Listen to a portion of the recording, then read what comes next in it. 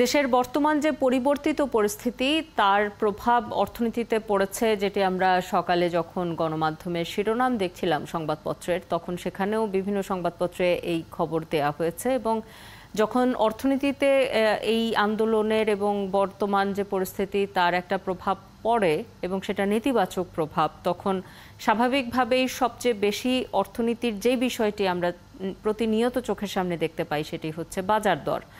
জিনিসপত্রের দাম কিনতে গেলে কত টাকা দিয়ে আমার একটা জিনিস কিনতে হচ্ছে, সেই বিষয়টি প্রতিনিয়তই তার সঙ্গে লড়াই করতে হয় সাধারণ মানুষকে। আজকের বাজার দর জানার চেষ্টা করব, সারা দেশের কি অবস্থা, কেমন দাম চলছে কোন জিনিসপত্রের এবং দাম কতখানি বাড়লো আসলে।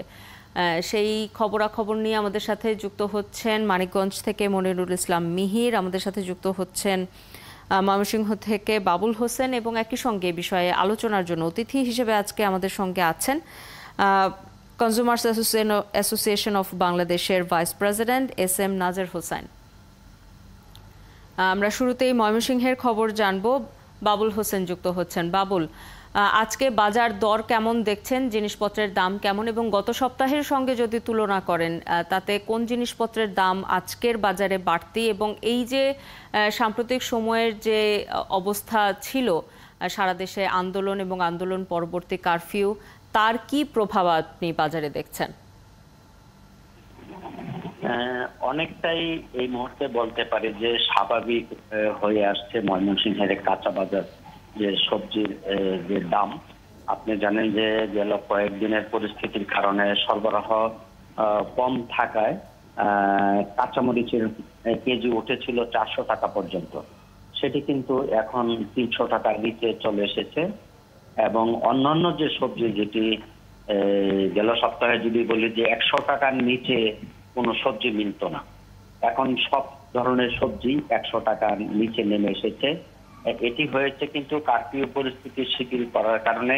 আমরা দেখছি যে দেশের বিভিন্ন জায়গা থেকে ট্রাকে করে যে সবজি সরবরাহ সেটি বাজারে বেড়েছে, এবং এই বাজারে সরবরাহ বাড়ার কারণেই কিন্তু সেটি অনেকটা স্বাভাবিক হয়ে এসেছে। আমরা যেটি বলছিলাম যে 100 টাকার নিচে কোনো সবজি যেটি বাজারে ছিল না, সেটি এখন 100 টাকার নিচে সবকিছু মিলছে। যেটি করলা 120 থেকে 140 টাকা উঠেছিল, সেটি আজ 80 থেকে 100 টাকা কেজিতে বিক্রি হচ্ছে। গ্রীষ্মকালীন সবজি কাঁকরোল সেটি 60 টাকায় নেমে এসেছে, এবং যেটি শসা সেটি 80-100 টাকা ছিল, সেটি এখন 50 টাকায় মিলছে। প্রচুর লতি, যেটি এই মৌসুমে এটি বাজারে ব্যাপক সরবরাহ বেড়েছে এবং সেটি 50 টাকার নিচে। চিচিঙ্গা, ঢেঁড়স, পটল সেগুলোও কিন্তু 50 থেকে 60 টাকার মধ্যে মিলছে। এটি কিন্তু এই 100 টাকার উপরে ছিল সবকটি এই সব ধরনের সবজি। তো যেটি স্থানীয় ব্যবসায়ীরা বলছেন যে বাজারে সরবরাহ প্রতিদিনই বাড়ছে, এবং এতে হয়তো মানুষের যে ক্রয় ক্ষমতা সেটি সাধ্যের মধ্যেই 2-1 দিনের মধ্যে চলে আসবে, যদি কারফিউ পরিস্থিতি যেহেতু প্রতিদিনই শিথিলের যে সময় সেটা প্রতিদিনই বাড়ছে, এটি অব্যাহত থাকলে এবং যদি কারফিউ পরিস্থিতি কখনো বাজার পরিস্থিতি আরো হয়তো স্বাভাবিক হয়ে আসবে। আপনি খবর রাখতে থাকুন, আমাদের সাথে থাকুন। আমরা যুক্ত হচ্ছি মানিকগঞ্জে মনিরুল ইসলাম মিহির। আপনি কি দেখছেন বাজারে, বাজার দর কেমন দেখছেন, এবং সাম্প্রতিক যে পরিস্থিতি তার কি প্রভাব বাজারে দেখতে পাচ্ছেন? শুভ সকাল। শাওন, বাজার অনেকটাই স্বাভাবিক হয়ে আসছে, যেমনটি আমাদের ময়মনসিংহ প্রতিনিধি আমাদের সহকর্মী বাবুল হোসেন বলছিলেন। মানিকগঞ্জেও একই অবস্থা, 100 টাকার উপরে যেসব সবজিগুলি হয়ে গিয়েছিল সেগুলি এখন অনেকটাই কম, 50 থেকে 60 টাকা পর্যন্ত, 40 টাকা পর্যন্ত সবজি নেমেছে। আর শাওন, গতকাল আমরা কৃষকের একেবারে প্রান্তিক কৃষক পর্যায়ে গিয়েছিলাম, সেখানে কৃষকদের সাথে কথা বলছিলাম যারা সবজি উৎপাদন করে। কৃষকরাও বলছিলেন যে তারা আগে যে পরিমাণ সবজি আড়তে নিয়ে আসতেন সেখানে বিক্রি করতেন, তারা এখন সে পরিমাণ সবজি আড়তে বিক্রি করতে পারছেন না, তাদের অনেক সবজি খেতে থেকে যাচ্ছে, অর্থাৎ সেগুলি নষ্ট হয়ে যাচ্ছে, তারা এমনকি বলছেন। কারণ হিসাবে যে কারফিউ চলছে, কারফিউর মাধ্যমে অনেক কারণে অনেক যে পাইকাররা বিভিন্ন জায়গা থেকে আসতো, শ্যামবাজার, ঢাকা, করণবাজার, সবই ঢাকার বিভিন্ন জায়গা থেকে পাইকাররা যখন এই আড়তে আসতো, তারা এখন আসতে পারছেন না। এখানে গাড়ি ঘোড়াও কম আসছে, পরিবহন কম আসার কারণে তাদের সবজি বিক্রির পরিমাণ কমে গেছে। এটি পাইকারি বাজারে, এই পাইকারি বাজার থেকে যখন খুচরা বাজারে সবজিগুলি যায় তার একটা প্রভাব কিন্তু আমরা বরাবরই দেখি। এখন পাইকারি বাজারে সবজির দাম কমে যাওয়ার কারণে খুচরা বাজারও সেটি কমে গিয়েছে। আজকের বাজার দর যদি আমি বলি, এখন পাইকারি বাজারে আছি, এখানে আমরা দেখছি বেগুন বিক্রি হচ্ছে 40 টাকা, আপনার কচুমুখী এগুলি 40 টাকা, শসা এগুলি 40 থেকে 50 টাকা, অর্থাৎ এগুলি কমে গেছে। এর বাইরে যে পেঁয়াজের কথা এবং কাঁচামরিচের কথা যদি বলি, পেঁয়াজ আমরা পাইকারি আড়তে বিক্রি হচ্ছে আজকে 100 টাকা ভালো মানেরটা, আর যেগুলি ইন্ডিয়ান পেঁয়াজ আছে কিছু সেগুলি দেখলাম যে 80 টাকা বিক্রি করছি। এটি খুচরা বাজারে আরো 10 থেকে 20 টাকা পর্যন্ত বাড়তি। কাঁচামরিচ 400 টাকা পর্যন্ত হয়ে গিয়েছিল, আজকের বাজারে আবার একেবারেই কম। আমরা খুচরা বাজারে দেখছি 120 টাকা কাঁচামরিচ, আর পাইকারি বাজারে বিক্রি হচ্ছে 80 টাকা, অর্থাৎ এটিও কমে গেছে। তো যেমনটি বলছিলাম যে কৃষক পর্যায়ে এখন তারা বলছেন যে তারা এত দাম কমে গেছে যে প্রান্তিক কৃষকরা এখন একটা ক্ষতিগ্রস্ত হচ্ছেন। আর এখানে যারা আড়তদাররা আছেন তারাও আমাদেরকে জানিয়েছেন যে কৃষকরা আসলে যদি লাভবান হয়, কৃষকরা যদি অনেক বেশি পণ্য এখানে নিয়ে আসতে পারে, তাদেরও এক হাত ঘুরে তারাও লাভবান হতে পারেন। মিহির, আরেকটি বিষয় আপনার কাছে জানতে চাই যে মানিকগঞ্জ থেকে আশেপাশের জেলাগুলোতে এমনকি রাজধানী ঢাকাতেও বিভিন্ন পণ্য আসে, সেই চালানের অবস্থা কি এখন স্বাভাবিক আছে? অর্থাৎ মানিকগঞ্জ থেকে যে কৃষি পণ্য বিভিন্ন জেলায় যায় সেগুলো কি নির্বিঘ্নে যেতে পারছে? না, কারণ সেটি নির্বিঘ্নে যেতে পারছে না, অর্থাৎ এখনো কারফিউর একটা প্রভাব আছে, যেহেতু অনেক জেলায় কারফিউ আছে।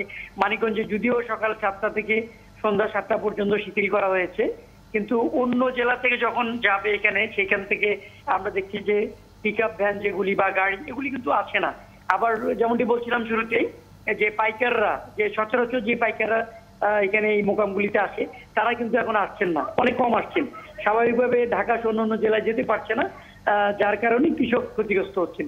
তারা অনেকে, আমি যখন কালকে খেতে গিয়েছিলাম যে কৃষি ক্ষেতে, সেখানে দেখলাম যে অনেক সবজিগুলি আসলে খেতে রয়ে গিয়েছে। তারা এগুলি বলছেন যে বাজারে নিয়ে বিক্রি করতে পারছেন না, মানে যেই দামে বাজারে বিক্রি করবেন তাদের লাভ উঠবে না, এবং সেই চাহিদাও নেই। আগে তারা 3 থেকে 4 মন যে সবজিগুলো নিয়ে আসছেন সেটি এখন তারা আনতে হচ্ছে তাদের 1 থেকে 1.5 মন, অর্থাৎ অর্ধেকের নিচে তারা এই সবজিগুলি বিক্রি করছেন, যার কারণে একটা ক্ষতির মুখে তেমনটি বলা চলে। খবর রাখতে থাকুন, নিশ্চয়ই এরপরে আরো তথ্যের জন্য ফিরবো আপনার কাছে। আমাদের সাথে যুক্ত হয়েছিলেন মানিকগঞ্জ থেকে মনিরুল ইসলাম মিহির এবং ময়মনসিংহ থেকে যুক্ত হয়েছিলেন বাবুল হোসেন। আমাদের অতিথিও এরই মধ্যে আমাদের সঙ্গে যুক্ত হয়ে গেছেন কনজিউমার্স অ্যাসোসিয়েশন অফ বাংলাদেশের ভাইস প্রেসিডেন্ট SM নাজের হোসেন। স্বাগত জানাচ্ছি আপনাকে 71 সকালে।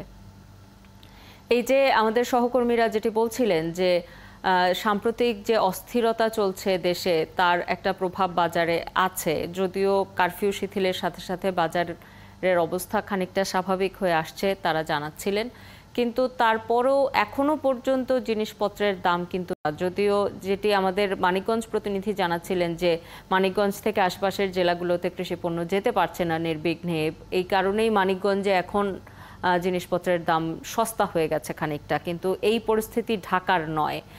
এবং বরাবরই আমরা দেখি ব্যবসায়ীদের বিরুদ্ধে একটা অভিযোগ থাকে যে তারা নানা অজুহাতে জিনিসপত্রের দাম অন্যায়ভাবে বাড়িয়ে থাকেন। এখনকার সার্বিক পরিস্থিতি বিবেচনায় আপনার বিশ্লেষণ কি?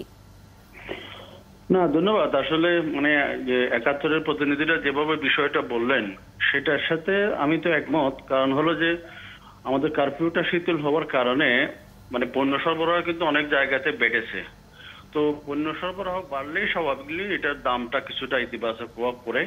তবে আপনি যেটা বললেন ঢাকা এবং আশপাশের জেলাতে কিন্তু এখনো সেটা স্বাভাবিক হয় নাই, অথবা দাম অনেক বেশি।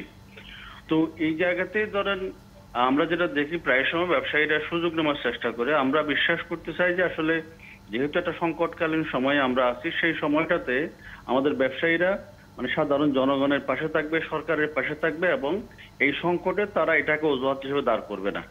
তো যদি সেটা হয় তাহলে মানে এই যে মানে যে সংকটটা, যে দাম বৃদ্ধির যে প্রক্রিয়াটা আমরা দেখছি সেটা কিন্তু থাকার কথা নয়।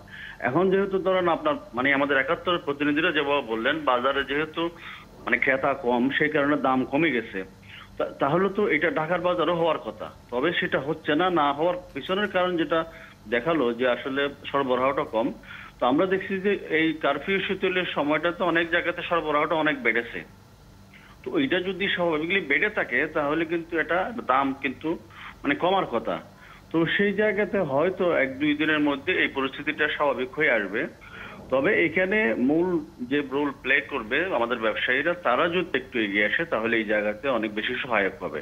তার বাইরে যেটা ধরেন আমাদের সরকারের যে উদ্যোগ, যেমন ধরেন টিসিবি বা অন্যান্য যে বাজার তদারকি যে কার্যক্রমগুলা, এগুলো কিন্তু একটা ইতিবাচক প্রভাব পড়বে।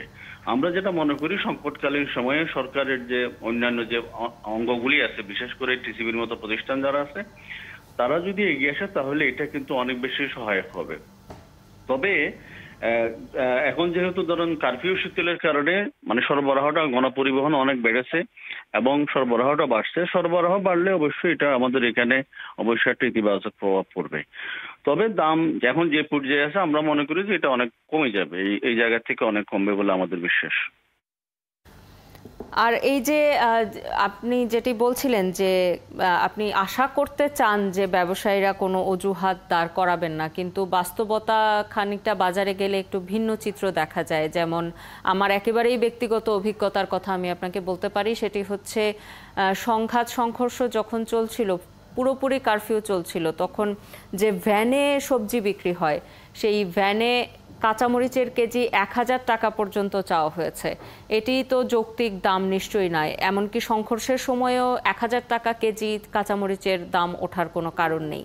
এটি একটি বিষয়, কিন্তু আমরা আশাবাদী হতে পারি, কিন্তু বাজারের অবস্থা যদি ভিন্ন হয় সেক্ষেত্রে এই মুহূর্তে সরকারের সামনে কিন্তু আরও অনেকগুলো চ্যালেঞ্জ আছে।